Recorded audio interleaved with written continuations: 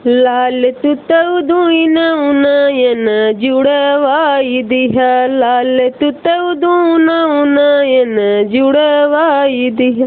दादा जुड़वाई दिहा, दादी जुड़वाई दिहा, दादा जुड़वाई दिहा, दादी जुड़वाई दिहा। लाल तुत दादा का खर्चा बढ़ाई दिहा, लाल तुत दादा का खर्चा बढ़ाई दिहा। लाल तुतौ दुई नयन जुड़वाई दिहा।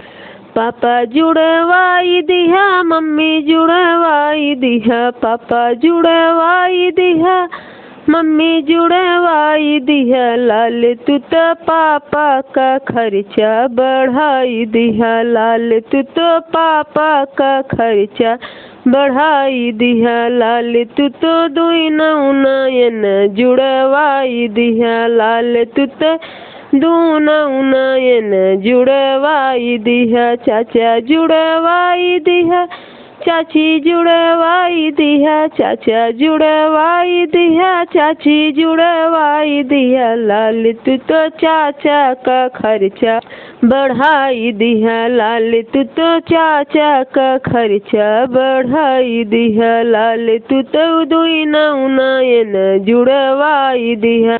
भैया जुड़वाई दिहा, भाभी जुड़वाई दिहा, भैया जुड़वाई दिहा, भाभी जुड़वाई दिहा। लाल तुत भैया का खर्चा बढ़ाई दिहा, लाल तुत भैया का खर्चा बढ़ाई दी।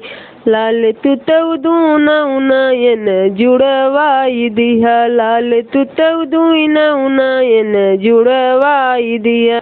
फुआ जुड़वाई दिहा, फूफा जुड़वाई दिहा, फुआ जुड़वाई दिहा, फूफा जुड़वाई दिहा। लाल तुत फूफा का खर्चा बढ़ाई दिहा, लाल तुत फूफा का खर्चा बढ़ाई दिहा। लाल तुतौ दू नयन जुड़वाई दिहा।